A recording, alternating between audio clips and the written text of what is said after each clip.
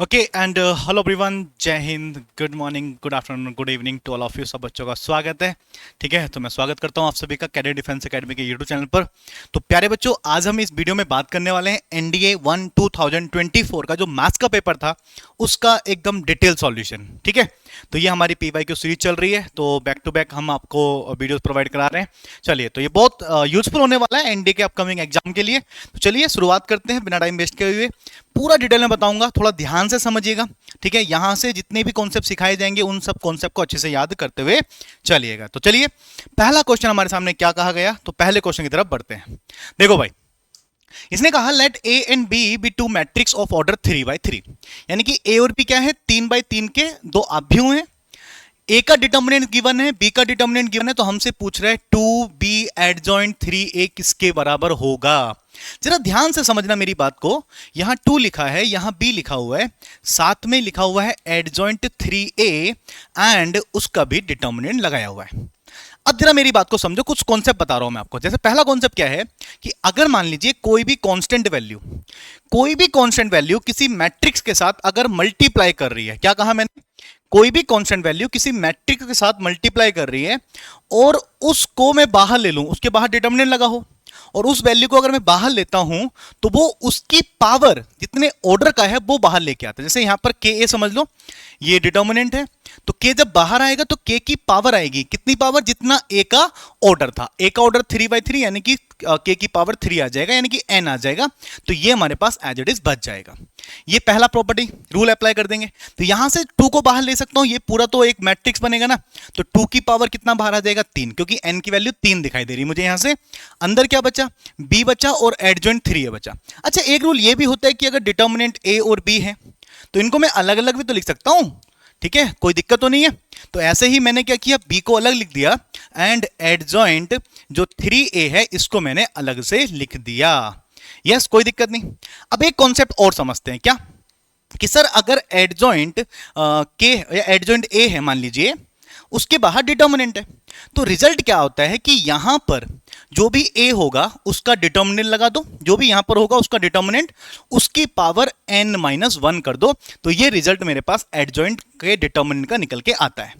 अब यहां पर देखो, ये 2 की पावर 3 है, बी का डिटर्मिनेंट ऑलरेडी ऐसे ही रखते हैं क्योंकि ऑलरेडी वैल्यू गिवन है। यहां पर इसको खोलूंगा तो ए की जगह 3a है, तो 3a के डिटर्मिनेंट की पावर n-1, और n का वैल्यू क्या है, 3 है, 3 में से 1 जाएगा तो 2 बचेगा। बात समझ में आ गया। इसका मतलब क्या हुआ, यहां 2 की पावर 3 है, यहां 3 का डिटर्मिनेंट है, और यहां पर देखो 3 को फिर से बाहर लूंगा इस प्रॉपर्टी के हिसाब से, तो 3 की पावर कितना बाहर आएगा मेरे बच्चे, यहां से 3 की पावर जस्ट बाहर आएगा 3, 3 की पावर 3 बाहर आया और उसका स्क्वायर भी है, तो क्या मैं कह सकता हूं 3 की पावर 6 हो जाएगा और डिटर्मिनेंट ए का स्क्वायर मेरे पास और बचेगा। आई होप सो ये पूरी प्रॉपर्टी इन तीनों का यूज करके मैंने बना दी और ये हमने ऊपर कर लिया। अब इस वैल्यूज रख दो, 2 की पावर 3 8 हो गया। बी का डिटर्मिनेंट कितना है भाई, 1/729 है। 3 की पावर 6, 3 तिया 9 27 तिया 81 तिया 243 तिया कितना, 729, बिल्कुल पूरा पूरा 729 आ गया। डिटर्मिनेंट ऑफ ए का स्क्वायर, इसका स्क्वायर करेंगे, 1 का स्क्वायर 1, 2 का स्क्वायर 4, रूट 2 का स्क्वायर 2, 4 2 जा 8, ये आ जाएगा 1/8। तो 8 से 8 कट गया, 729 कट गया, रिजल्ट मेरे पास मिल गया 1, और 1 ऑप्शन नंबर डी में है, और डी इसका एकदम राइट आंसर देखने के लिए मिल जाएगा। आई होप सो ये बेसिक कॉन्सेप्ट है, ठीक है, जो हमको पता होने चाहिए। अगर फंडामेंटल क्लियर है तो क्वेश्चन आसान अपने आप हो जाएगा। चलिए बात करते हैं क्वेश्चन नंबर 2 की तरफ। इसने कहा जेड कोई एक सम्मिश्र संख्या है, जेड कोई एक कॉम्प्लेक्स नंबर है, और उसने कंडीशन दे रखी कि भाई वो ऐसी कॉम्प्लेक्स नंबर है जो इस कंडीशन को फॉलो कर रहा है। तो हमसे पूछ रहा है कि जेड का मॉडुलस या जेड का डिटर्मिनेंट +1 का होल स्क्वायर का मान क्या होगा। तो यहां से मुझे जेड की वैल्यू निकालनी है, क्योंकि क्यूबिक इक्वेशन है तो कोई 3 वैल्यूज हमारे पास देखने के लिए मिल रही होगी। हमें कोई सी भी एक वैल्यू मिल जाए जो इसको सेटिस्फाइड कर रही हो, ठीक है, वहां से हम चीजें सॉल्व कर सकते हैं। तो देखते हैं भाई, जैसे मान लो यहां से मैंने क्या किया, एक तो आई कॉमन लिया और साथ में जेड स्क्वायर कॉमन लिया। मैंने आई कॉमन लिया और जेड स्क्वायर कॉमन लिया, तो आई कॉमन आ गया, जेड क्यूब से जेड स्क्वायर चला गया, बचेगा जेड। यहां से क्या हुआ, क्योंकि जेड स्क्वायर तो बाहर चला गया और आई भी कॉमन लिया, आई तो यहां था नहीं, तो क्या यहां पर 1/i हो जाएगा। अब एक चीज और समझो, 1 अपॉन आई जो होता है वो माइनस आई के बराबर होता है। क्योंकि मैं आई का ऊपर मल्टीप्लाई कर लूं, आई का नीचे कर लूं, तो ऊपर आई बन गया, नीचे आई स्क्वायर -1 हो गया, तो नेगेटिव आई देता है 1 अपॉन आई की वैल्यू। तो यानी कि 1 अपॉन आई को मैं सीधा डायरेक्टली लिख सकता हूं, सर ये नेगेटिव आई है, यस, और यहां से -1 कॉमन ले लूंगा, तो ये z माइनस आई मेरे पास बचेगा इज इक्वल टू 0। देखो ये वाली वैल्यूज सेम है, तो z माइनस आई के साथ में बचा क्या, i z square -1 is equal to 0। देखो एक वैल्यूज यहां से आ गई, दो वैल्यूज यहां से आ जाएंगी, तो इसको तो मैं ऑलरेडी 0 में भेज दिया, यहां से बचा z इज इक्वल टू आई, यानी कि z की वैल्यू आई इस इक्वेशन को सेटिस्फाइड कर रही होगी। इसका एक वैल्यू z बराबर आई भी है। तो हमें क्या करना है, यहां पर i का मॉडुलस लगाना है, +1 लिखना है और इसका होल स्क्वायर करना है। भाई i का मॉडुलस 1 होता है, 1 + 1 2 का स्क्वायर कितना हो जाएगा, 4 हो जाएगा। 4 ऑप्शन नंबर बी में दे रखा है, बी इसका राइट आंसर देखने के लिए मिल गया। आई होप सो ये बात भी समझ में आ चुकी होगी। बढ़ते हैं नेक्स्ट क्वेश्चन की तरफ।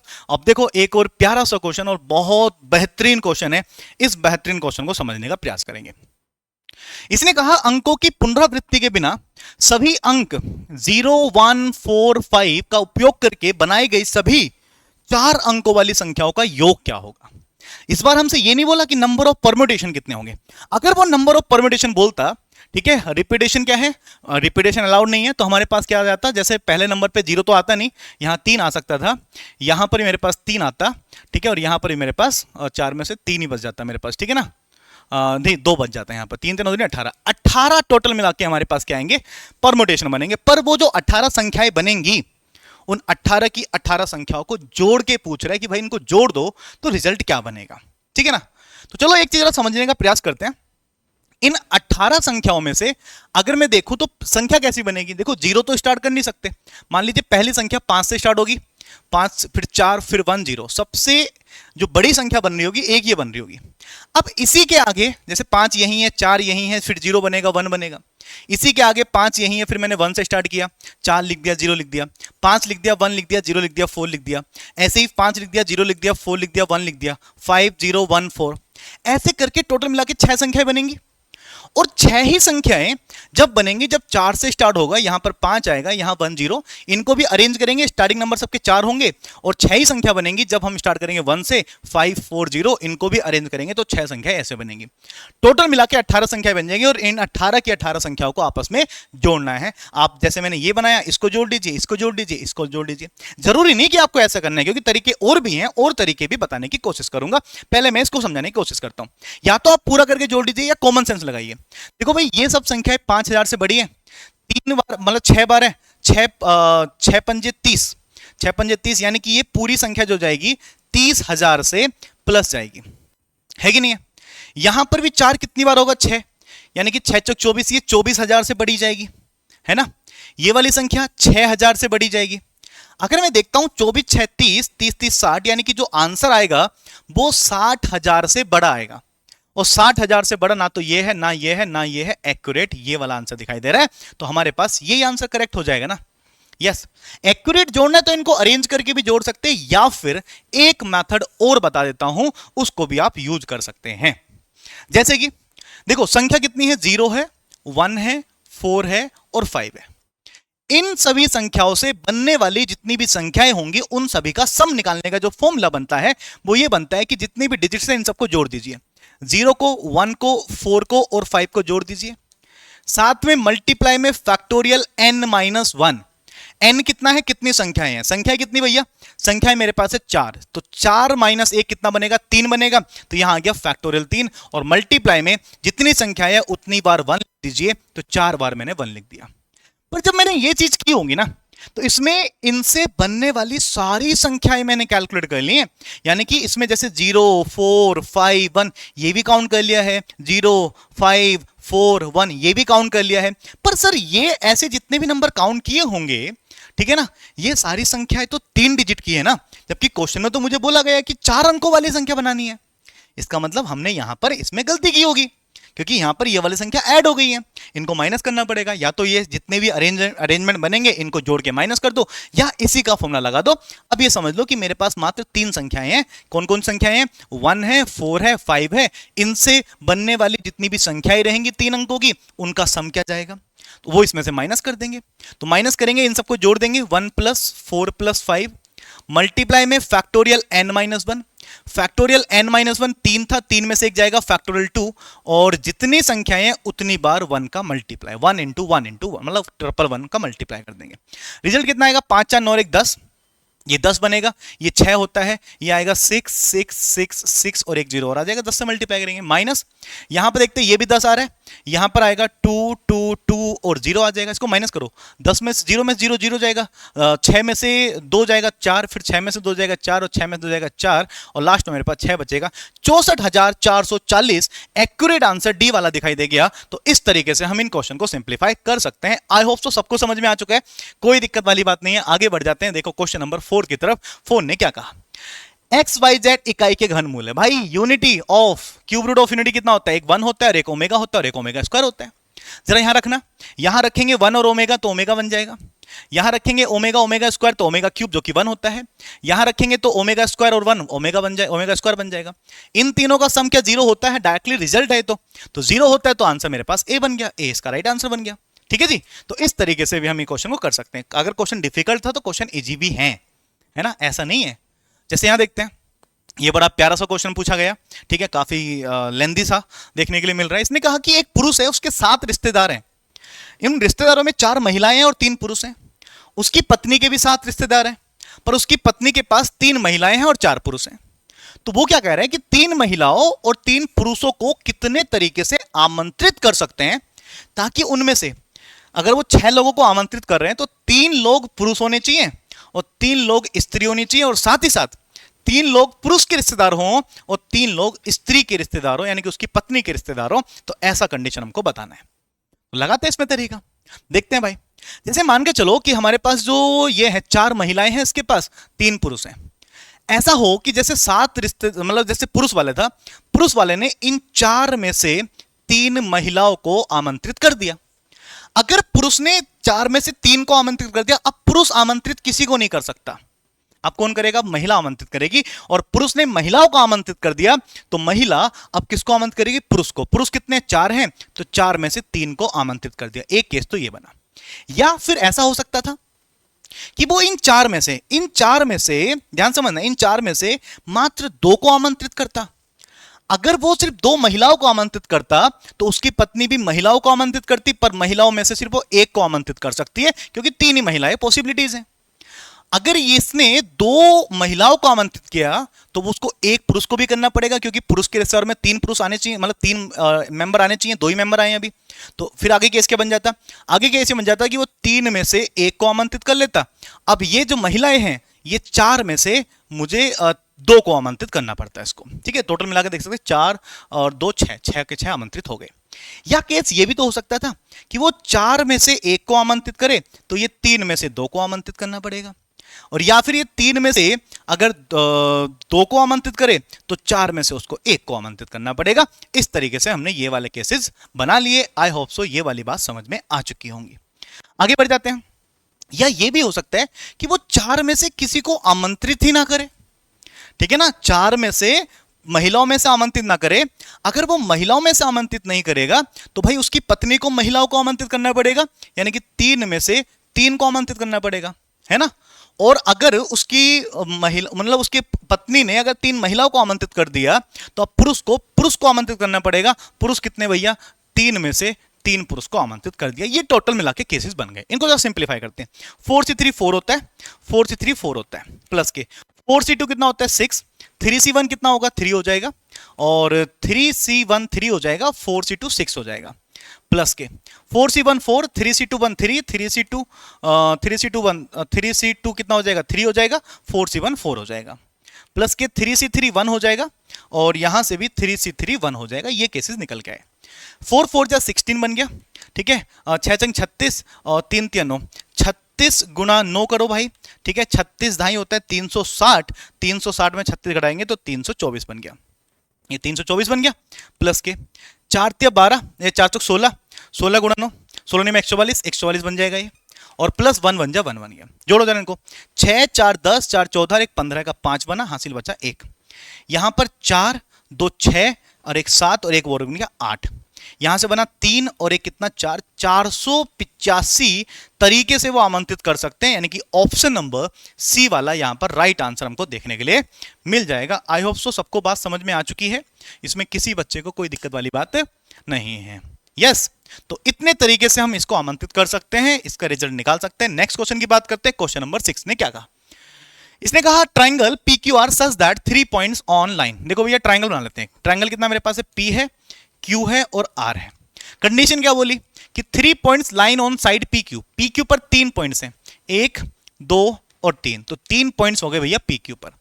4 points on Q R. Q R पे 4 हैं, 1 2 3 4, 4 हो गए यहां पर।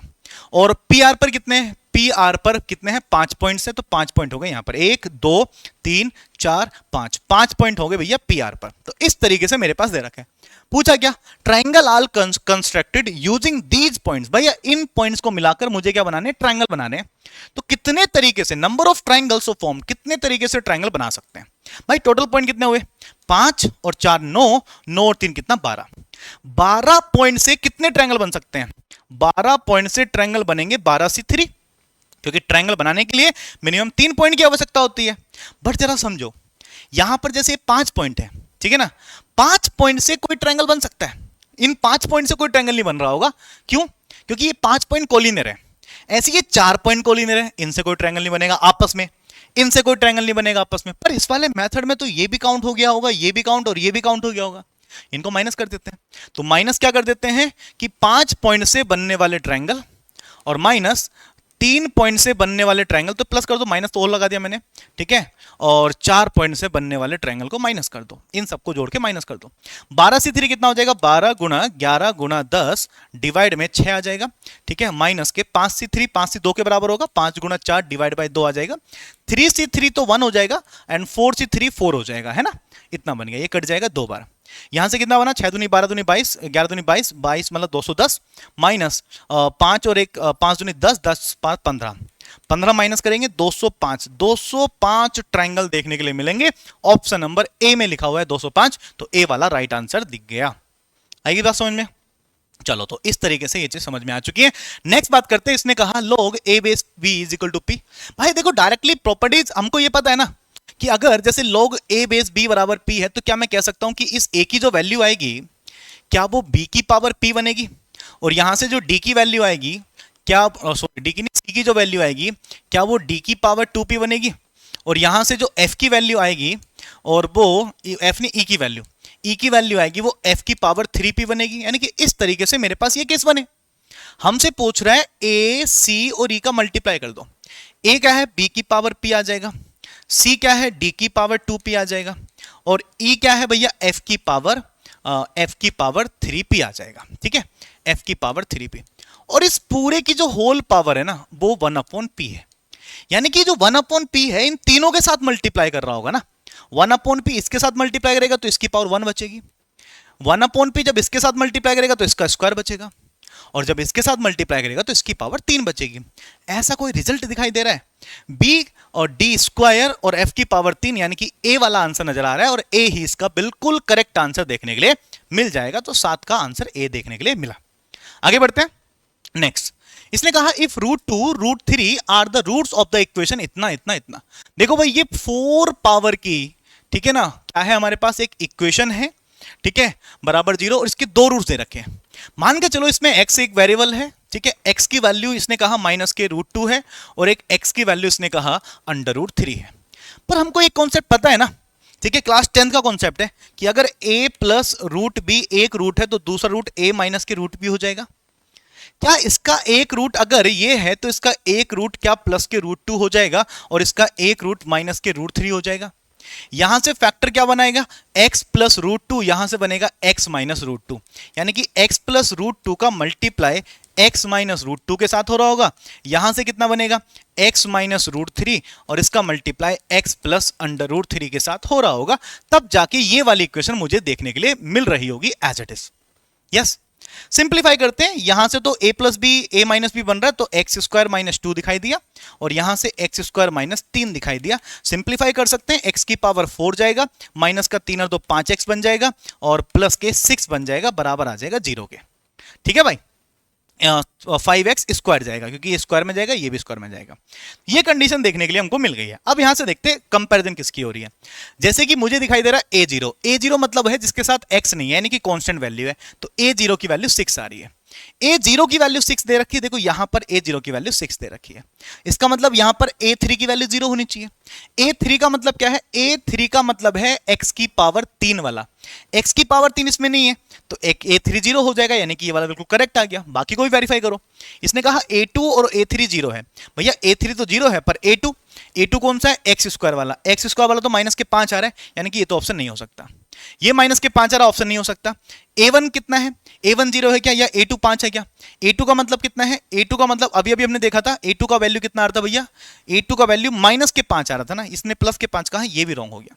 इसका एक ही ऑप्शन देखने के लिए मिला, सी वाला। सी में दो कंडीशन दे रखी है, दोनों कंडीशन इस इक्वेशन को सेटिस्फाइड कर रही है, इसलिए 8 का जो आंसर हो जाएगा वो सी वाला राइट आंसर देखने के लिए मिल जाएगा।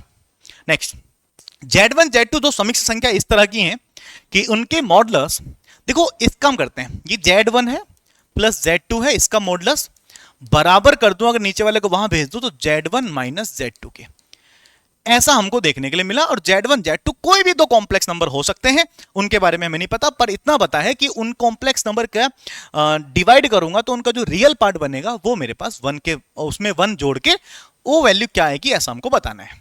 ठीक है डियर, चलो जरा समझते हैं।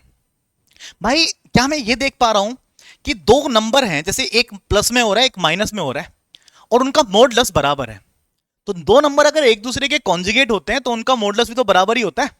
इसका मतलब मैं इन नंबर्स को क्या अपनी तरफ से कुछ ऐसा बना सकता हूं जिससे इनका मॉडुलस बराबर आ जाए। जरा देखो, Z1 का वैल्यू मेरे दिमाग में ये आ रहा है कि सर अगर मैं 1 रख दूं और Z2 का वैल्यू अगर मैं आयोटा रख दूं, तो यहां पर 1 प्लस आयोटा बनेगा और यहां पर 1 माइनस आयोटा बनेगा, एक दूसरे के कॉन्जुगेट दिखाई दे रहे हैं, मॉडुलस बराबर होता है, यानी कि इस कंडीशन को फॉलो कर रहे हैं। तो इनके साथ आंसर भी निकल के आना चाहिए। इसने कहा रियल पार्ट, किसका रियल पार्ट, 1/i का, क्योंकि Z1 1 है और Z2 i है, और प्लस कितना करना है 1। भाई रियल पार्ट किसका निकालना है, 1/i। 1/i मैंने अभी पिछले क्वेश्चन में बताया था, क्या ये वाली वैल्यू माइनस आयोटा के बराबर होती है, और माइनस आयोटा को 0 माइनस आई भी तो लिख सकता हूं, +1। मुझे बताओ जरा कोई बच्चा कि इसका रियल पार्ट क्या जाएगा, रियल पार्ट 0 दिखाई दे रहा है, 0 ये रहा, +1 ये रहा, यानी कि मेरे पास 1 ही तो आंसर बच गया ना। 1 आंसर बच गया तो मैं कह सकता हूं कि सी वाला इसका राइट आंसर हो जाएगा। देखो कितना सिंपल हो गया, बस ये कॉन्सेप्ट समझना था। ये कॉन्सेप्ट अगर क्लियर है तो बहुत आसान हो जाएगा क्वेश्चन। इस तरह के प्रीवियस ईयर में क्वेश्चन बहुत सारे देखने के लिए मिलेंगे जिनको लेट करके तुरंत सॉल्व हो जाते हैं, पर वो तभी आएगा जब आपको लगातार प्रैक्टिस करेंगे। नेक्स्ट देखते हैं, 26 factorial is equal to n 8 की पावर k है, और k और n धनात्मक यानी कि पॉजिटिव इंटीजर है, k का मैक्सिमम वैल्यू क्या हो सकती है। देखो भाई, जिसने कहा 26 factorial is equal to n into 8, 8 को मैं 2 की पावर 3 लिख सकता हूं, तो 2 की पावर 3 क्या हो जाएगा। इसका मतलब यह हुआ कि ये जो 26 फैक्टोरियल है, इसका मतलब होता है 1 इंटू 2 इंटू 3 इंटू 4 इंटू, और ऐसे करके कहां तक जाएगा, 26 तक जाएगा। ये तो मतलब वो है ना इसका। इसमें से मुझे वो देखने की 2 की पावर कितनी जनेगी, 2 की पावर कितनी बनेगी, तो मैं 2 की पावर काउंट कराता हूं पहले आपको। जरा देखो भाई, 1 में तो 2 की पावर कोई भी नहीं आएगी, पर 2 में 2 की पावर 1 आएगी। 2 जब 2 है तो 2 की पावर 1 आ गया। 3 में कुछ नहीं जाएगा। 4 में 2 2 जा 4, यानी कि 2 की पावर 2 जाएंगी, बस 2 की पावर काउंट कर रहा हूं मैं। 5 में 1 भी नहीं जाएगा। 6 में कितनी जाएंगी, 6 का मतलब होता है 3 इंटू 2, तो यानी कि 1 पावर 2 की आ गई, लिख दिया मैंने। उसके बाद और क्या बनेगा, 6 के बाद 7 में नहीं आएगा। 8 में कितना होता है, 8 का मतलब तो खुद 2 की पावर 3 होता है, यानी कि 2 की 3 पावर बनेगी। 9 में 1 भी नहीं जाएगा। 10 में 5 दूनी 10, यानी कि 1 पावर जाएगी। 11 में नहीं जाएगा। 12 में, 12 मैक्सिमम देखनी पड़ेगी। 12 में क्या होता है, 4 गुणा 3, 4 का मतलब 2 की पावर 2, यानी कि मैक्सिमम पावर 2 हो सकती है, ठीक है ना, जो 12 में हो गया। 13 में नहीं आएगा। 14 में 7 दूनी 14, यानी कि 2 की पावर 1 आ जाएगा। 15 में नहीं जाएगा। 16 में 2 की पावर 4 होता है तो 4 आ जाएगा। 17 में 1 भी नहीं आएगा। 18 में 9 दूनी 18, यानी कि 1 जाएगी। 19 में 1 भी नहीं जाएगी। 20 में 5 गुणा 4, यानी कि 5 गुणा 4, 4 का मतलब होता है 2 की पावर 2, यानी कि 2 आ जाएगा। और 21 में 1 नहीं आएगा। 22 में 11 दूनी 22, 1 जाएगा। 23 में 1 भी नहीं। 24 में 8 गुणा 3, मैक्सिमम देखना पड़ेगा, मैक्सिमम जाएगा जब 8 जाएगा। 8 मतलब 2 की पावर 3 जाएगा, 3 आ जाएगा। और 25 में 1 भी नहीं जाएगा। 26 में 1 चला जाएगा, है ना। इनको जरा जोड़ के देखो कितना बन रहा होगा।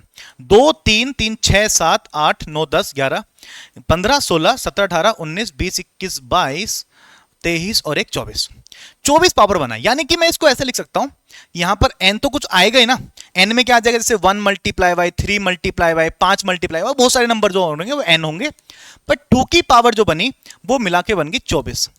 यानी कि इस फैक्टोरियल को मैं ऐसा लिख सकता हूं, n की जगह कुछ भी हो सकता है, n की वैल्यू उसने पूछी भी नहीं है और हमें निकालने की जरूरत भी नहीं है। मेरे को 2 k की वैल्यू निकालनी थी, तो 2 की पावर यहां 3k था, यहां पर 24 आ गया। क्या मैं कह सकता हूं कि 3k जो होगा वो 24 के बराबर होगा, और 3 से कटेगा 3 अट्ठे 24, तो k की वैल्यू 8 आ सकती है, तो k की मैक्सिमम वैल्यू 8 हो सकती है। तो c वाला इसका राइट आंसर दिखाई देगा। इसको हमने कॉमन सेंस लगा के सोल्व कर लिया, ठीक है। तो हम ऐसे भी क्वेश्चन को सिंप्लीफाई कर सकते हैं। आई होप सो ये वाली बात भी सबको डन हो गई होगी, ठीक है बच्चा। चलो भाई आगे बढ़ जाते हैं, नेक्स्ट क्वेश्चन की बात करते हैं। देखो भैया सीधी प्रॉपर्टीज है यहां पर। तो एडजॉइंट ए बी, क्या adjoint A into adjoint B होता? नहीं होता भाई।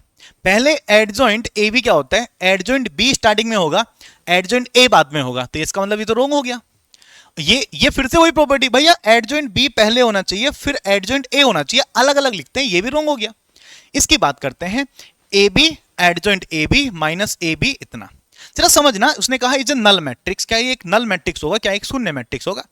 जरा मेरी बात को समझो कि अगर मेरे पास a लिखा हुआ है और a का मल्टीप्लाई मैं एडजॉइंट a के साथ करता हूं, या फिर एडजॉइंट a का मल्टीप्लाई अगर मैं a के साथ करता हूं, तो दोनों सेम होते हैं और उनका जो रिजल्ट होता है that is determinant of a, determinant of a की पावर n-1 इनटू में कितना हो जाता है, a हो जाता है, ठीक है ना।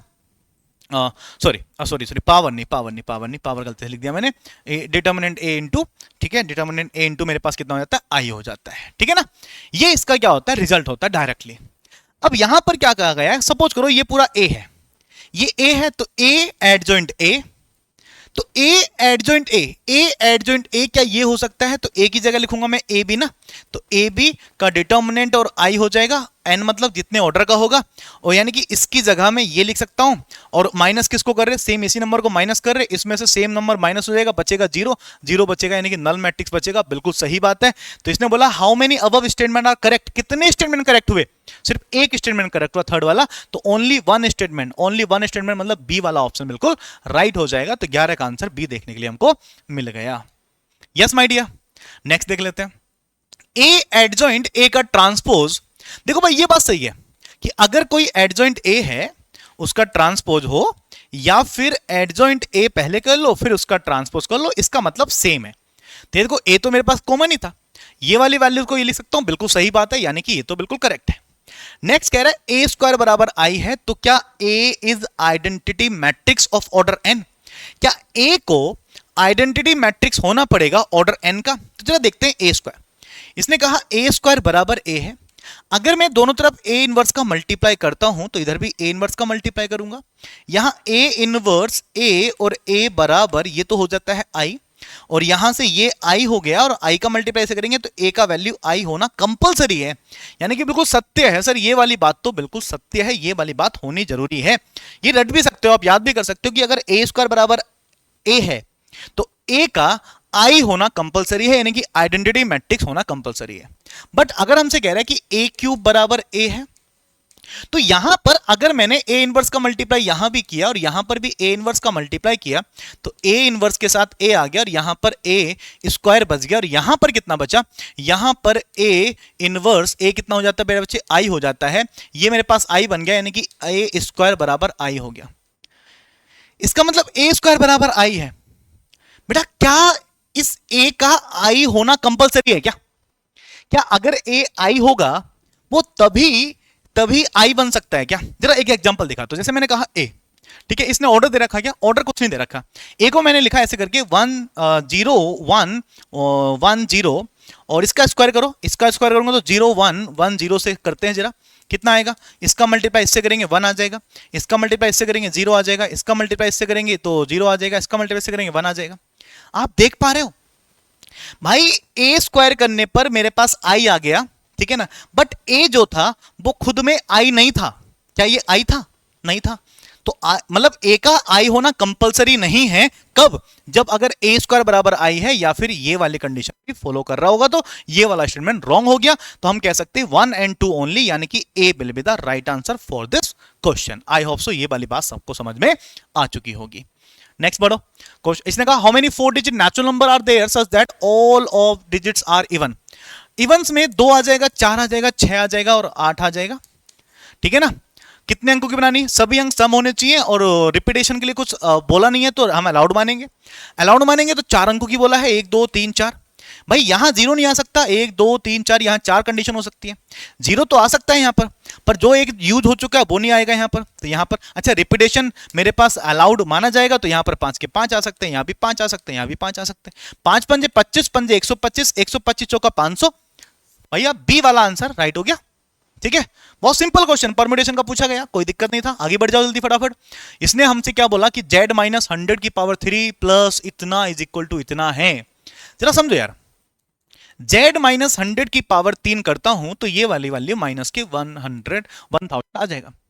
साथ ही साथ z माइनस 100 जो वैल्यू बराबर आएगी वो क्या माइनस के 1000 की पावर 1/3 आ जाएगी। क्या इसका मतलब मैं ये कह सकता हूं कि सर माइनस की पावर तो -1 की पावर 1/3 है और 1000 की पावर भी 1/3 है। इसका मतलब भाई ये तो मेरे पास दे देगा 10 10 250 1000, पर माइनस की पावर तो माइनस देगा, पर 1 की पावर जो क्यूब होती है 1 के 3 क्यूब होते हैं। 3 क्यूब कौन कौन से होते हैं, एक होता है 1, एक होता है ओमेगा और एक होता है ओमेगा स्क्वायर। यानी कि मेरे पास जो ये वाली वैल्यूज आ रही है 3 वैल्यूज आ रही होंगी। एक वैल्यू जा रही होगी माइनस के 10, एक माइनस 10 ओमेगा, एक वैल्यू हो रही होगी माइनस के 10 ओमेगा स्क्वायर। ऐसे करके 3 वैल्यूज देखने के लिए मिली।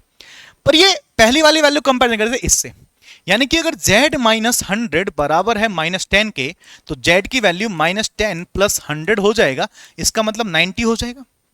बोलो भाई, इसका मतलब 90 हो जाएगा। तो 90 कहां पर दे रखा है हमारे पास, 90 90 90 90 90 सिर्फ एक ही ऑप्शन में दिखाई दे रहा है क्या, यहां पर 90 दिखाई दे रहा है बस, बाकी कहीं पर तो मुझे 90 दिखाई नहीं दे रहा है ना। तो एक वैल्यू तो मेरे पास 90 निकल के आ गई, बात समझ में आ गया। दूसरी बात, इसी वाली बात को यानी कि z माइनस 100 को अगर मैं कंपेरिजन करता हूं -10 ओमेगा के साथ तो z की वैल्यू कितनी देगी, माइनस में 10 ओमेगा है और प्लस के 100 हो जाएगा। यानी कि अगर मैं यहां से ले लेता हूं 10 को कॉमन ले लूंगा तो यहां से तो बचेगा 10 और यहां से बचेगा ओमेगा। यानी कि इसी वाले ऑप्शन में देखो 10 कॉमन लेने पर 10 माइनस ओमेगा है क्या, 10 कॉमन लेने पर 10 माइनस ओमेगा है क्या। अच्छा ये ओमेगा स्क्वायर था क्या, नहीं ओमेगा स्क्वायर वाला नहीं, ओमेगा वाला, ठीक है ना। तो और कौन सा बन रहा है भाई, ये तो बना नहीं मेरे पास, ठीक है, ये तो बना नहीं। तो यहां से बना, अगर मैंने 10 कॉमन लिया यहां से, अच्छा ये को 10 कॉमन लिया, यहां से 10 बचेगा, यहां से बचेगा माइनस ओमेगा, ठीक है। 10 कॉमन लेने पर ठीक है कितना बच गया, 10 बच गया और माइनस के ओमेगा, यहां पर कुछ मिसप्रिंट हो रहा भाई, ठीक है ना, क्योंकि 10 कॉमन लेने पे 10 माइनस ओमेगा बचना चाहिए। तीसरा वाला निकालता हूं, z माइनस 100 ठीक है इज इक्वल टू कितना हो जाएगा, माइनस के 10 ओमेगा क्यूब आ जाएगा क्या, सॉरी स्क्वायर, सॉरी कितना आ जाएगा, स्क्वायर आ जाएगा, ओमेगा स्क्वायर आ गया। यहां से जाएगा तो z बराबर कितना हो जाएगा, माइनस के 10 हो जाएगा। यस माइनस के कितना हो गया, 10 हो गया और ओमेगा स्क्वायर है और प्लस का कितना हो जाएगा, 100 हो जाएगा। यहां से भी आप एक काम करो 10 कॉमन ले लो, 10 कॉमन लोगे यहां से बचेगा 10 और माइनस के यहां से बचेगा ओमेगा स्क्वायर। तो 10 कॉमन लेने पर 10 माइनस ओमेगा स्क्वायर, देखो ये वाली वैल्यू बन गई। 10 कॉमन लेने पर 10 माइनस ओमेगा, यहां पर कुछ मिस प्रिंट जरूर हो रहा होगा, यहां पर बेटा 0 होना चाहिए, यहां पर 0 होना चाहिए, यहां पर 0 होना चाहिए, ठीक है, यहां पर 0 होना चाहिए, तो वो मिस प्रिंट जरूर हुआ है, ठीक है। तो यहां पर जो मैच कर रहा है वो जस्ट बी वाला आंसर मैच कर रहा है। बी वाले में सहूलियत मिली 90 की वजह से, क्योंकि 90 कहीं और है ही नहीं, सिर्फ एक ही ऑप्शन में, इसलिए वो मिस प्रिंट हम पकड़ पाए, ठीक है। तो यहां पर ये कौन सा हो जाएगा, बी वाला इसका राइट आंसर देखने के लिए मिल जाएगा। आई होप सो ये वाली बात क्लियर हो चुकी है। अरे यार ये तो बहुत सिंपल क्वेश्चन था। 1 प्लस आइटा की पावर 4 माइनस के 4 होता है, 1 माइनस आइटा की 4 भी माइनस के 4 होता है, यानी कि माइनस का 8 आंसर आ जाएगा। D is the right answer. अगला क्वेश्चन बढ़ो, टाइम वेस्ट नहीं करना इतना इजी क्वेश्चन पे। Next, consider the following statement in the respect of the skew symmetric matrix. Skew symmetric matrix के बारे में बात कर रहा है। स्क्यू सिमेट्रिक मैट्रिक्स में क्या होता है भैया, कितने ऑर्डर का है, 3 ऑर्डर का है। जैसे यहां पर लिख दो मैं 0 ए बी, तो यहां माइनस ए आएगा, यहां माइनस के बी जाएगा, यहां 0 जाएगा, सी जाएगा तो माइनस सी जाएगा, यहां पर 0 आएगा। ये एक स्क्यू सिमेट्रिक मैट्रिक्स का मैंने एक एग्जांपल यहां पर दे दिया। अब इसकी बात क्या कर रहा है, all diagonal elements are 0। Obvious सी बात है, अगर स्क्यू सिमेट्रिक मैट्रिक्स है और उसके ऑल एलिमेंट्स अगर 0 नहीं है तो वो स्क्यू सिमेट्रिक कभी बन ही नहीं सकता। इसका मतलब स्टेटमेंट नंबर बिल्कुल करेक्ट है। इसने कहा the sum of the all diagonal element of the matrix is zero. भाई इसके डायगोनल एलिमेंट को जोड़ लो जरा, जोड़ोगे तो जीरो ही तो आएगा, जब सब जीरो है तो सब जीरो ही तो आएगा सम भी, यानी कि ये भी बिल्कुल करेक्ट हो गया। इसने कहा A is orthogonal matrix. Orthogonal matrix, orthogonal matrix का जो डिटर्मिनेंट होता है, समझना मेरी बात को, ऑर्थोगोनल मैट्रिक्स का जो डिटर्मिनेंट होता है that is equal to 1 plus minus 1। Yes, और यहां पर अगर ये 3/3 का ऑर्डर का है तो स्क्यू सिमेट्रिक मैट्रिक्स का जो डिटर्मिनेंट आएगा that will be equal to 0। कितना आएगा? 0 आएगा। और अगर इवन का होता तो एक परफेक्ट स्क्वायर आता। इसका मतलब सर इसका डिटर्मिनेंट 0 है और ऑर्थोगोनल मैट्रिक्स का डिटर्मिनेंट तो प्लस माइनस 1 होता है, इसका मतलब सर ये बिल्कुल मैच नहीं कर रहे हैं। मैच नहीं कर रहे तो तीसरा वाला स्टेटमेंट रॉन्ग हो जाएगा। 1 and 2 only is the correct, यानी कि ए वाला बिल्कुल राइट आंसर देखने के लिए हमको मिल जाएगा। आई होप सो ये वाली बात भी समझ में आ चुकी। ऑर्थोगोनल मैट्रिक्स में एक दो बातें और समझा देता हूं। ऑर्थोगोनल मैट्रिक्स में ये भी होता है कि अगर ए का मल्टीप्लाई उसके ट्रांसपोज के साथ कर दो तो वो आई के बराबर आता है। या एक कंडीशन ये भी आती है कि अगर मैंने ए इनवर्स का मल्टीप्लाई इधर कर दिया तो ए इनवर्स करने पर ए इनवर्स इधर भी करना पड़ेगा। तो यहां पर ये आई बन गया और आई का ट्रांसपोज करेंगे तो ए ट्रांसपोज, यानी कि आई का मल्टीप्लाई ए ट्रांसपोज से तो ए ट्रांसपोज, यहां पर करेंगे तो ये ए इनवर्स, यानी कि ए का ट्रांसपोज उसके इनवर्स के बराबर भी होता है। ये वाली बात भी आप लोग समझ सकते हो। तो यहां पर इन सब चीजों का यूज आप करके पता कर सकते हो। नेक्स्ट, 4 अंकों वाली संख्याएं 1 2 3 5 का उपयोग करके अंकों की पुनरावृत्ति के बिना बनाई जाती हैं और उनमें से कितनी संख्याएं 4 से विभाज्य हैं। यानी कि हमें यह देखना है कि 4 से विभाज्य संख्याएं कितनी हो सकती हैं। भाई 4 से विभाज्य का रूल क्या है? 4 का डिविजिबिलिटी रूल क्या होता है कि लास्ट की 2 डिजिट अगर 4 से डिवाइड होंगी तो पूरा नंबर भी 4 से डिवाइड होगा। लास्ट की 2 डिजिट, भाई इनमें से 2 डिजिट छाड़ो, जैसे 12 आ सकता है, अगर किसी के लास्ट में 12 आएगा, 2 स्टार्टिंग में रह गई, ठीक है, तो ये नंबर क्या होंगे? 4 से डिवाइड होंगे। और क्या हो सकता है? 12 हो गया और 12 आ जाएगा इसमें से, ठीक है, लास्ट में 32 हो सकता है, ठीक है ना, 32 भी 4 से डिवाइड होता है, 2 संख्या यहां पर रह जाएंगी। या फिर ऐसा हो सकता है 52 हो सकता है, ठीक है, 52 भी तो हो सकता है। यस, 2 नंबर यहां जाएंगे, 52 यहां जाएगा। यानी कि जिनके लास्ट में 12 है वो कितनी संख्या बनेंगी? रिपीटेशन क्या बोला उसने? रिपीटेशन उसने बोला पुनरावृत्ति के बिना, रिपीटेशन अलाउड नहीं है। देखो 1 2 का यूज हो गया, बची 2 संख्याएं, यानी कि यहां पर 1 आ जाएगा, यहां पर 2 आ जाएगा, ये तो पूरा 1 तरीके से भरा जाएगा ना, क्योंकि फिक्स है। तो 2 तरीके से ये भरा गया, सेम 2 तरीके से ये भरा जाएगा, 2 तरीके से ये भरा जाएगा, 2 2 4 2 6, यानी कि 6 तरीके से पूरे नंबर्स आ सकते हैं इवन वाले। ऐसा सिंपल सा क्वेश्चन हमसे पूछा गया था। आई होप सो ये वाली बात समझ में आ चुकी होगी। इसने कहा 2 की पावर 120 को 7 से डिवाइड करने पर, यानी कि 2 की पावर 120 को 7 से डिवाइड करने पर रिमाइंडर क्या होगा? भाई अगर 7 से डिवाइड करो तो कोशिश करो कि ऊपर जो 2 है ना, इसकी जो पावर है, इनकी पावर ऐसी आ जाए कि वो किसके बराबर दिखाई दे? 7 के एकदम आगे या जस्ट पीछे दिखाई दे। अगर ऐसा पॉसिबल है तो जैसे 7 के आसपास नंबर या तो 8 आएगा या 9 या 6 आएगा। तो 6 बनाना तो इतना आसान नहीं होगा 2 की पावर से, पर 8 बनाना आसान है। यानी कि मैं कह सकता हूं कि किसको 8 लिख लूंगा तो 3 से डिवाइड कर दो ना, ऊपर 3 से डिवाइड हो जाएगा 40/7। इसका मतलब ये 8 है 8 है 8 है, कितनी बार 8 होगा भैया? 40 बार 8 होगा। डिवाइड 7 से करें, 7 से डिवाइड अगर करूंगा इस वाले 8 को तो रिमाइंडर 1 बचेगा, यहां से 1 बचेगा, 1 कितनी बार बचेगा? 40 बार, यानी कि रिमाइंडर तो 1 ही आ जाएगा ना। तो इस कॉन्सेप्ट का हम इस तरीके से यूज कर सकते हैं। तो इसका आंसर प्यारे बच्चे 1 देखने के लिए हमको मिल गया। आई होप सो ये वाली बात भी समझ में आ चुकी होगी। कोई दिक्कत तो नहीं इसमें? एकदम क्लियर, परफेक्ट तरीके से। चलिए भाई नेक्स्ट क्वेश्चन की बात करते हैं। 18 के बाद क्वेश्चन हम आता है 19 नंबर का। इसने देखते हैं इसने क्या कहा। For what value for n is the determinant. अच्छा एक कॉन्सेप्ट समझाता हूं, जरा समझना। अगर मैं कहूं कि मेरे पास NCR है और प्लस NC, ठीक है ना, मेरे पास NCR है और NCR-1 है, तो क्या इसका रिजल्ट आप जानते हो? इसका रिजल्ट क्या होगा कि n+1 हो जाएगा और C जो दोनों में बड़ा है वो नीचे आ जाएगा, ऐसे करके। अब जरा समझना कि ये मेरे पास कॉलम 1 है, ये कॉलम 2 है और ये कॉलम 3 है। कॉलम 1 को कॉलम 2 के साथ ऐड करूंगा तो ये मेरे पास लिखा हुआ है ऐसे करके 9C4 प्लस हो जाएगा 9C3। क्या सेम फॉलो कर रहा है? यानी कि बन जाएगा 10C4 बन जाएगा। अब मैं डायरेक्टली लिख दूं, डायरेक्टली पहला एलिमेंट क्या बन जाएगा? 10C4 बन जाएगा। ऐसे ही इसको इसके साथ देखेंगे तो 11 से हो जाएगा 12, C 6 हो जाएगा और लास्ट वाला क्या हो जाएगा? M +1 और C 7 हो जाएगा। एक जोड़ जुड़ता जा रहा है ना। बीच वाला एज इट इज रहेगा, इसमें कोई चेंजेस नहीं है। बीच वाला फिक्स रहेगा, 0 0 मत बनाओ, ठीक है, ये फिक्स रहेगा, इसमें कोई चेंजेस नहीं कर रहे हैं। लास्ट वाला देखो, ये है 10C n-2 है, ये 12C n है, और ये m+1 C n+1 देखने के लिए मिल रहा है। डिटर्मिनेंट 0 है।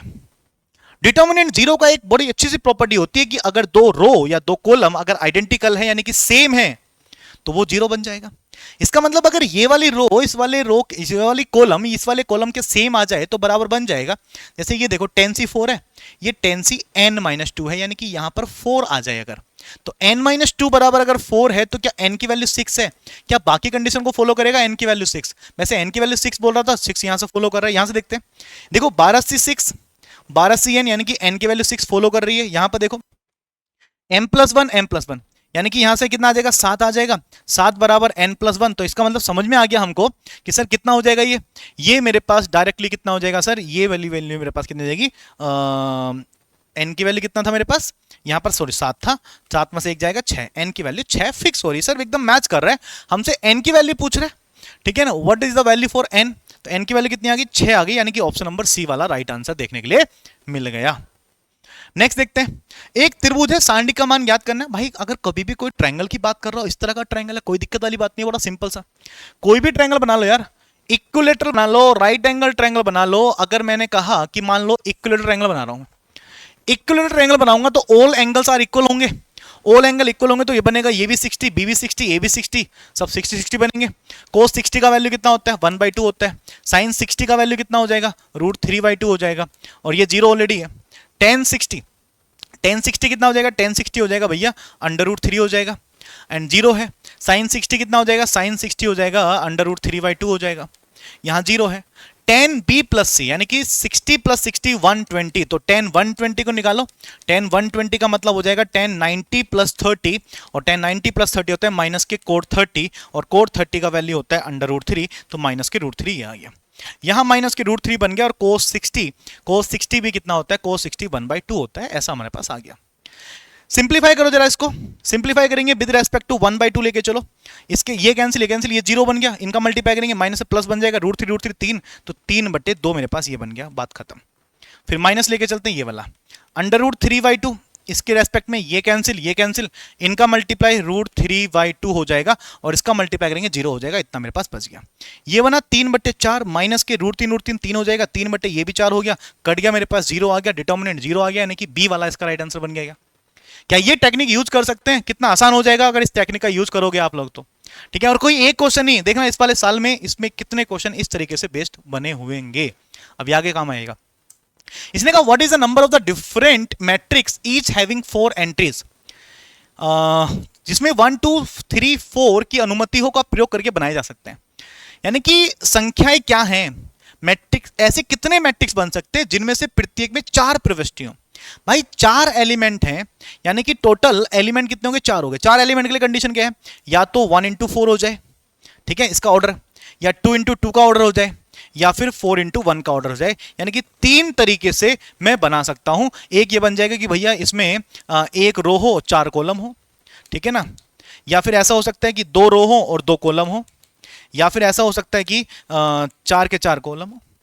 अब यहां पर जो नंबर बनने हैं इनमें सिर्फ 4 ही नंबर बनने, और चारों के चारों अलग होने चाहिए, जिसमें 1 2 3 4 बन रहे हैं। अगर इन चारों नंबर को अरेंज करता हूं और पुनरावृत्ति की अनुमति है, अगर अनुमति है तो 4 × 4 × 4 × 4 आ जाएगा क्या? 4 चौक 16 चौका 64 चौका 256, 256 ये आएगा। इसमें भी यहां पर 4 × 4 × 4 × 4 256, 4 × 4 × 4 × 4 256, यानी कि 256 कितनी बार बेटा? 3 बार, 3 बार करो, 6 × 18 का 8 हासिल 1, 5 × 15 और 1 16 का 6 हासिल 1, 3 × 6 7 768 768 है ऑप्शन में, डी वाले ऑप्शन में दे रखा है, डी वाला राइट आंसर देखने के लिए हमको मिल गया। बेसिक आसानी से हो गया। चलो आगे बढ़ जाते हैं नेक्स्ट। इसने कहा लेट ए बराबर इतना है, which of the following are bijective from A to itself. A to itself bijective होना चाहिए। बाइजेक्टिव का मतलब क्या होता है कि अगर कोई फंक्शन ऐसा है जो 1 1 है और 1 1 के साथ वो फंक्शन ऑन टू भी है, अगर कोई फंक्शन 1 1 है, समझना यहां से, यानी कि फंक्शन कैसा होना चाहिए? 1 1, और साथ ही साथ फंक्शन ऑन टू भी होना चाहिए।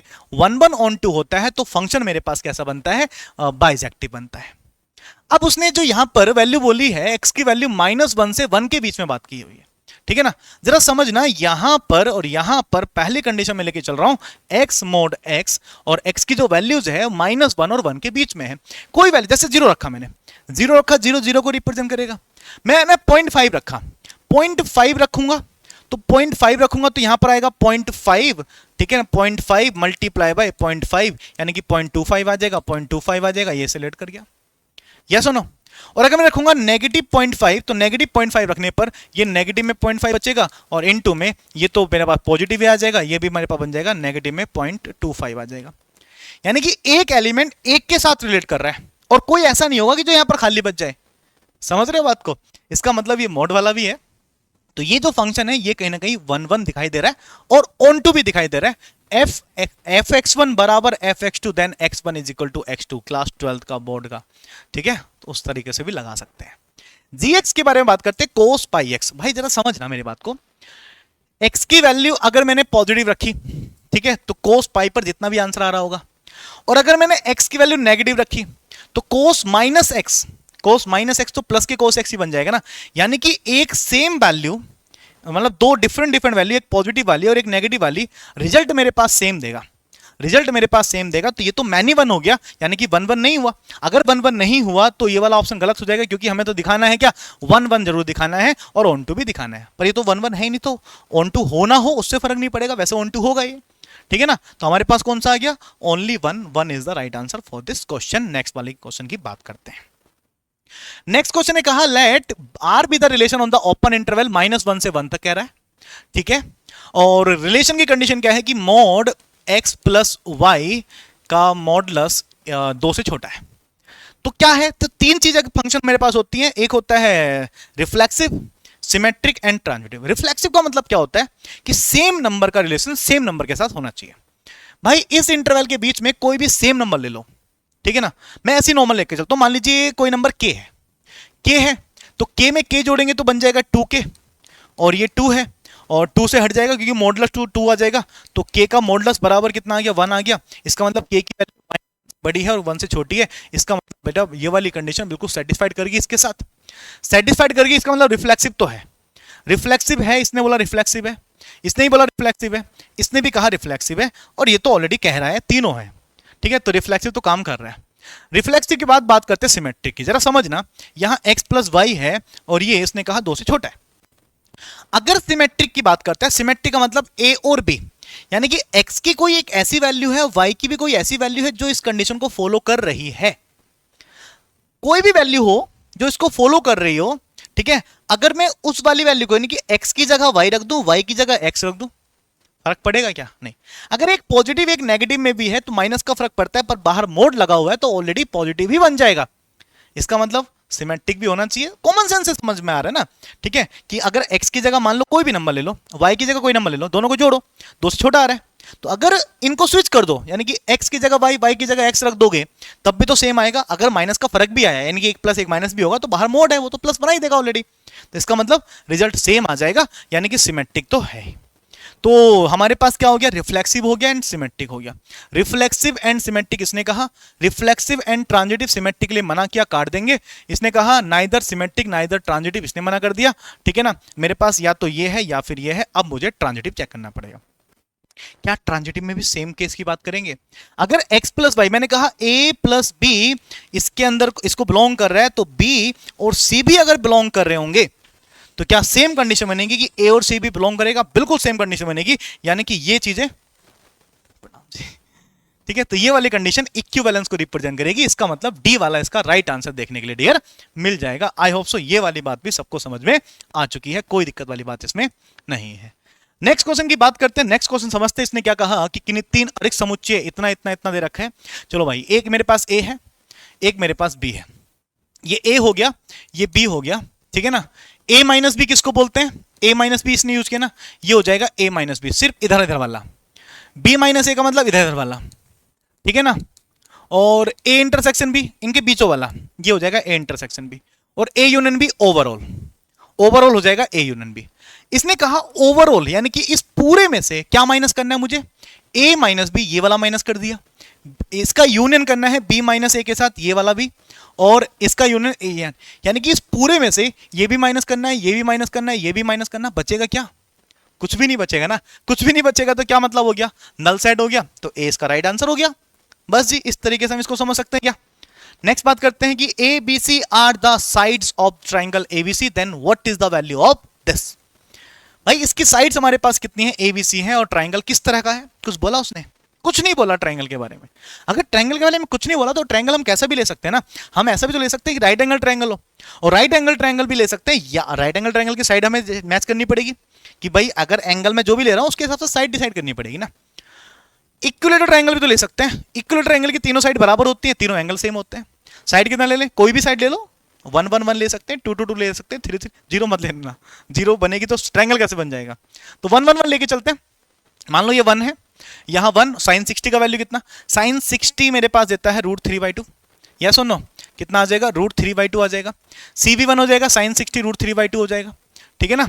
समझ में आ गई बात है? यहां पर भी v1 हो जाएगा, √3/2 हो जाएगा। यहां से 1 मेरे पास 1 है, कोस 60 का वैल्यू 1/2 हो जाएगा भाई। यहां से कोस 60 1/2 हो जाएगा, कोस 60 1/2 हो जाएगा, और ये मेरे पास 1 है। इसका डिटर्मिनेंट चेक कर लो, डिटर्मिनेंट कितना आ रहा होगा, वही इसका एरिया निकल, मतलब वही तो मेरे पास सांडी किसके बराबर है? सांडी का मान पूछ रहा है। क्या एरिया ऑफ ट्रायंगल के बराबर होगा या पैरामीटर ट्रायंगल के बराबर होगा, इस किसके बराबर होगा? चेक कर लेते हैं, कोई दिक्कत वाली बात नहीं है। इसका निकालेंगे 1 के रेस्पेक्ट में, ये कैंसिल कैंसिल, इनका मल्टीप्लाई 1 माइनस इनका आ जाएगा 1/4। फिर माइनस के √3/2 के रेस्पेक्ट में ये कैंसिल इसका मल्टीप्लाई जाएगा √3/2 और माइनस के 1/4 आ जाएगा। फिर प्लस के √3/2 के रेस्पेक्ट में इसका मल्टीप्लाई ये जाएगा √3/4 एंड माइनस के 1/2 आ जाएगा। ऐसा मुझे देखने के लिए मिला। ठीक है ना? ये बात क्लियर होगी। अब इसको थोड़ा सिंप्लीफाई करते, देखो ये कितना मेरे पास बनने वाला होगा। ठीक है भाई, यहां से कितना बनेगा? यहां से बन जाएगा मेरे पास 3/1 में से 1/4 घटेगा, 3/4 बन गया। माइनस के यहां पर अगर मैं देख रहा हूं ऊपर तो मेरे पास √3 है ना। एलसीएम कितना आ जाएगा? यहां से मेरे पास देखो 2 तो ऑलरेडी पहले से था, एलसीएम इनका बन गया 4 इनका एलसीएम बना, 4 एलसीएम बना, तो यहां पर जाएगा 2√3 और माइनस का 1, ऐसा दिखाई देगा। और प्लस के यहां पर भी √3/2 तो ऑलरेडी है, और ब्रैकेट के अंदर दिखाई देगा यहां पर 4 दिखाई देगा, यहां पर दिखाएगा √3 माइनस के 2, ऐसा मेरे पास देखने के लिए मिलेगा। सिंप्लीफाई करो, ये 3/4 हो गया माइनस के, ये बन जाएगा एलसीएम ले सबका, एलसीएम कितना आ जाएगा? 8 आ जाएगा ना। एलसीएम आ जाएगा, यहाँ पर 6 कर दो माइनस के, यहाँ देखो यह आ जाएगा 2 3 6 -6 माइनस प्लस √3 बन जाएगा, प्लस के √3 और √3 कितना हो जाएगा? √3 हो जाएगा 3। ठीक है ना? और √3 का मल्टीप्लाई 2 से करेंगे, माइनस के 2√3 देखने के लिए मिल जाएगा। ऐसा मुझे कुछ ना कुछ दिखाई दे रहा है। डिवाइडर मेरे पास ऑलरेडी 8 है। ठीक है भैया, 6 से 6 कट गया। ठीक है, एक कहीं √3 वाली कंडीशन, अच्छा ये वाली कंडीशन देखो जरा यहाँ पर, जब मैंने इसका मल्टीप्लाई किया था, ठीक है, √3 3 आया था। ठीक है, एक बार इसको दोबारा देखो, वैल्यू सही रखिएगा। ए का वैल्यू 1 हो गया, साइन 30 का वैल्यू, साइन 60 का √3/2, साइन 60 √3/2, साइन 60 √3/2 1, कोस 60 1/2, कोस 60 1/2, कोस 60 1/2 1। ठीक है, 1 के रेस्पेक्ट में कैंसिल, 1 का मल्टीप्लाई माइनस के करेंगे इसके साथ, तो 1/2 1/4 आ गया। ठीक है, इसके रेस्पेक्ट में ये कैंसिल, इसका मल्टीप्लाई करेंगे। ठीक है ना, माइनस के √3/2 के रेस्पेक्ट में इसका मल्टीप्लाई √3/2 माइनस के ये आ जाएगा 1/4, इतना ठीक है। प्लस के √3/2 के रेस्पेक्ट में ये कैंसिल, इसका मल्टीप्लाई करेंगे तो √3/4 और माइनस 1/2, इतना मेरे पास ठीक है। अब इसको आगे बढ़ाते हैं थोड़ा सा और। ठीक है ना, तो यहां से इसका जो एरिया निकल के आ रहा होगा वो एक बार चेक कर रहे थे हम। ठीक है, दोबारा देखते हैं। 4 में से 1 जाएगा 3/4, यहां तक ठीक लिखा मैंने। यहां पर देखते हैं, √3 बाहर है, डिवाइड में 2 बाहर है। एलसीएम कितना आ गया? एलसीएम मेरे पास आ गया 4 एलसीएम आ गया, तो यहां जाएगा 2√3 और माइनस के 1 बचेगा। इतनी बात बिल्कुल सत्य है, कोई दिक्कत नहीं। यहां पर √3/2 है ऑलरेडी, एलसीएम कितना आ जाएगा? 4 आ जाएगा। यहां पर √3 है तो यहां पर माइनस के हो जाएगा 2। इतनी बात भी बिल्कुल सत्य है, इसमें भी कोई दिक्कत वाली बात नहीं है। यहां से 6 से 6 मेरे पास कट रहा है, ये सारी वैल्यू सेम आ गई। ठीक है, ये वाली यहां तक सेम था, यानी कि एलसीएम कितना आ गया मेरे पास? 8 एलसीएम आ जाएगा। अगर मेरे पास एलसीएम आया 8, क्योंकि यहां पर 4 है, यहां पर 8 है, ठीक है ना, और यहां पर भी 8 है, तो एलसीएम 8 आ गया। 8 एलसीएम आ जाएगा, तो यहां पर तो 4 दूनी 8, तो 3 दूनी 6 हो गया माइनस के। √3 का मल्टीप्लाई √3 तीन, तीन दूनी कितना हो गया 6 हो गया, माइनस के 6 बन गया, और माइनस के √3 का मल्टीप्लाई 1 से करेंगे तो √3 आ जाएगा, ठीक है ना, माइनस माइनस प्लस बन गया, इतना ठीक है। यहाँ पर √3 का मल्टीप्लाई √3 से करेंगे 3 बन जाएगा, ठीक है ना, और √3 का मल्टीप्लाई 2 से करेंगे तो माइनस के 2√3 मेरे पास देखने के लिए मिल जाएगा। यहाँ से मेरे पास कितना हुआ, 2√3 में से √3 घटाएंगे तो मेरे पास बनेगा √3 प्लस के 3। यहां से वैल्यू सेम नहीं आ रही, यहां पर कुछ ना कुछ तो हमने गलतियां कर दी हैं। एक बार दोबारा फटाफट जल्दी इस क्वेश्चन को रिपीट करते हैं। देखो भैया कहां कहां वैल्यू गलत कर दी हमने। एक काम करते हैं, एंगल को, ठीक है, कुछ और लेके भी हम चल सकते हैं, ठीक है, या फिर इसी से करते हैं, दोबारा एक बार लगाते हैं, ठीक है, फटाफट। देखो भैया क्या हो रहा है, ए का वैल्यू 1 आ गया, sin 60, ठीक है, ए बी सी आता साइड साइड तो मैं 1 1 1 ले रहा हूं ना, साइड 1 1 ले रहा हूं, तो ये मेरे पास 1 आ गया, ठीक है, ये मेरे पास कितना आ गया 1 आ गया। sin 60 का वैल्यू कितना हो जाएगा, sin 60 का वैल्यू होता है √3/2 हो जाएगा, ठीक है भाई, sin 60 अगेन √3/2 हो जाएगा, अगेन √3/2 हो जाएगा, यहाँ से 1 हो जाएगा, यहाँ से मेरे पास कितना हो जाएगा, cos 60 का वैल्यू 1/2 हो जाएगा। अच्छा देखो ये वाली वैल्यू गलत रखी थी हमने, इसकी जगह cos 60 रख रहे थे, sin 60 का वैल्यू कितना होगा भैया √3/2 होगा, ये गलत कर रहा था, ये 1/2 हो जाएगा और ये मेरे पास 1 हो जाएगा, ठीक है। इसका एरिया देखते हैं, 1 के रेस्पेक्ट में ये कैंसिल 1 माइनस 1/4 हो गया, बिल्कुल परफेक्ट है। माइनस के √3/2 के रेस्पेक्ट में करेंगे तो ये कैंसिल ये बनेगा √3/2 माइनस के √3/4 बन जाएगा, ऐसे करके देखने के लिए मिल रहा है। फिर प्लस के √3/2 मेरे पास है, इसके रेस्पेक्ट में ये कैंसिल यहां से बनेगा √3/4 माइनस के √3/2 मेरे पास देखने के लिए मिलेगा। अब सिंप्लीफाई करते हैं, यहां पर देखो ये बना 3/4 माइनस के, यहां पर ये इनका एलसीएम कितना आ जाएगा, एलसीएम मेरे पास आ जाएगा 4, ऊपर से √3 कॉमन ले लो तो 3 बनेगा, 3 के डिवाइड में 2 है, एलसीएम आ गया मेरे पास 4, एलसीएम 4 आएगा तो यहां बचेगा 2 माइनस 1 आ जाएगा, ऐसे मेरे पास बन गया। प्लस के यहां पर है √3 ऊपर से कॉमन ले लो 3 बचेगा, डिवाइड में 2 है, एलसीएम आ जाएगा 4, यहां से बचेगा 1 माइनस 2 यानी कि माइनस का 1, ऐसा मेरे पास देखने के लिए मिला। ये बना 3/4 माइनस के 3/8 और माइनस का 3/8। एलसीएम ले लेंगे तो एलसीएम मेरे पास कितना आ गया बेटा 8 एलसीएम आ गया, यहाँ 6 माइनस 3 यानी कि 6 में 6 जाएगा 0, 0/8 बोले तो 0 मेरे पास आंसर आ गया। ए वाला इसका राइट आंसर देखने के लिए हमको मिल जाएगा। आई होप सो ये वाली बात भी सबको समझ में आ चुकी है, कोई दिक्कत वाली बात इसमें नहीं है। यस माय डियर, इतनी बातें समझ में आ चुकी हैं, कोई दिक्कत वाली बात नहीं है। चलिए ठीक है, तो आज की वीडियो को हम यहीं पर समाप्त करते हैं, इसके अगले पार्ट में इससे अगले क्वेश्चन कंटिन्यू करेंगे। तब तक के लिए थैंक यू, जय हिंद, वंदे मातरम and love you to all.